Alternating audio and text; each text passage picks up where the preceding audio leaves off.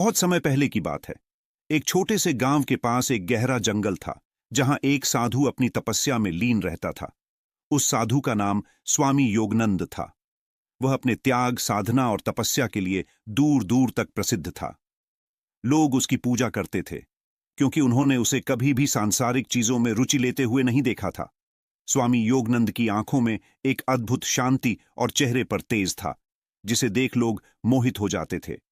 उसी गांव में एक सुंदर और चालाक स्त्री रहती थी, जिसका नाम माधवी था। माधवी एक वैश्या थी और अपनी सुंदरता और मोहक अदाओं से हर पुरुष को अपने वश में कर सकती थी। गांव के अमीर लोग उससे मिलने आया करते थे और वह अपने आकर्षण से सभी को अपने जाल में फंसा लेती थी। परंतु उसके दिल में कभी चैन नहीं था। वह हमेशा बेचैन और असंतुष्ट रहती थी, भले ही उसके पास दौलत और प्रशंसा की कोई कमी नहीं थी। एक दिन माधवी ने साधु के बारे में सुना। उसे बताया गया कि साधु योगनंद ने संसार के सभी भोग विलास को त्याग दिया है और अब उसकी तपस्या इतनी प्रबल है कि वह किसी भी प्रलोभन से विचलित नहीं होता। माधवी ने ठान लिया कि वह इस साधु को अपने मोह में फंसाएगी। उसने सोचा, अगर मैं इस साधु को अपने जाल में फंसा सकूं, तो यह मेरी सबसे बड़ी जीत होगी। लोग मुझे साधु को भटकाने वाली के रूप में जानेंगे।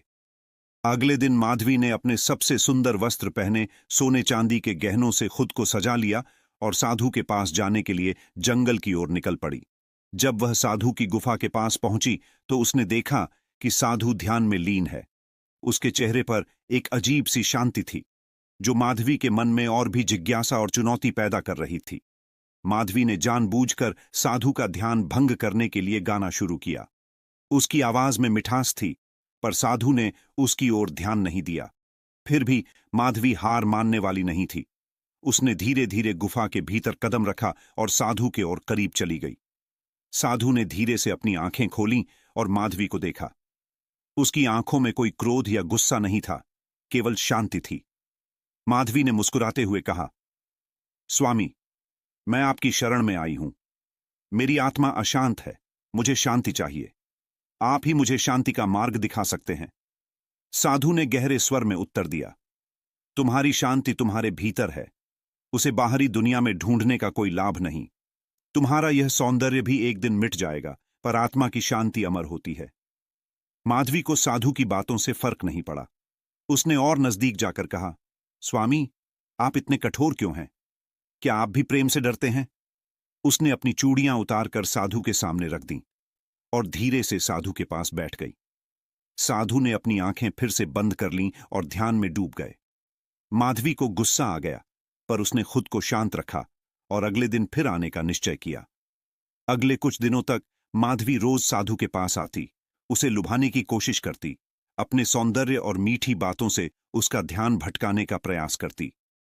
लेकिन साधु हर बार अपनी आंखें बंद कर लेता और ध्यान में लीन हो जाता। धीरे धीरे माधवी को अपनी कोशिशें बेकार लगने लगीं। उसे समझ नहीं आ रहा था कि क्यों उसका जादू इस साधु पर नहीं चल रहा। फिर एक दिन माधवी ने हार मान ली। वह साधु के पास आई, लेकिन इस बार उसकी आंखों में आंसू थे। उसने साधु के सामने हाथ जोड़कर कहा, स्वामी, मैंने आपको गलत समझा। मैं सोचती थी कि मैं आपको अपने मोह में फंसा सकती हूं, पर अब समझ आ गया है कि असली शांति क्या होती है। मेरी आत्मा सच में बेचैन थी और आपने मुझे मेरी गलती का एहसास कराया। साधु ने मुस्कुराते हुए कहा, तुमने अपनी सबसे बड़ी लड़ाई जीत ली है। तुमने अपने अहंकार को त्याग दिया है। असली शांति बाहरी चीजों में नहीं, बल्कि हमारे भीतर होती है। जब तुम यह समझ जाती हो, तो तुम्हें सच्ची मुक्ति मिल जाती है। माधवी ने अपने सारे गहने और सुंदर वस्त्र वहीं छोड़ दिए और साधु की शरण में साधना करने का निर्णय लिया। वह अब अपनी आत्मा की शांति को खोजने के लिए साधु के मार्ग पर चल पड़ी। गांव के लोग, जो उसे पहले उसके रूप और सौंदर्य के लिए जानते थे, अब उसे उसकी तपस्या और आत्मा की शक्ति के लिए जानने लगे। यह कहानी हमें सिखाती है कि बाहरी सुख और सुंदरता क्षणिक होते हैं, पर सच्ची शांति और संतोष हमारे भीतर छिपे होते हैं।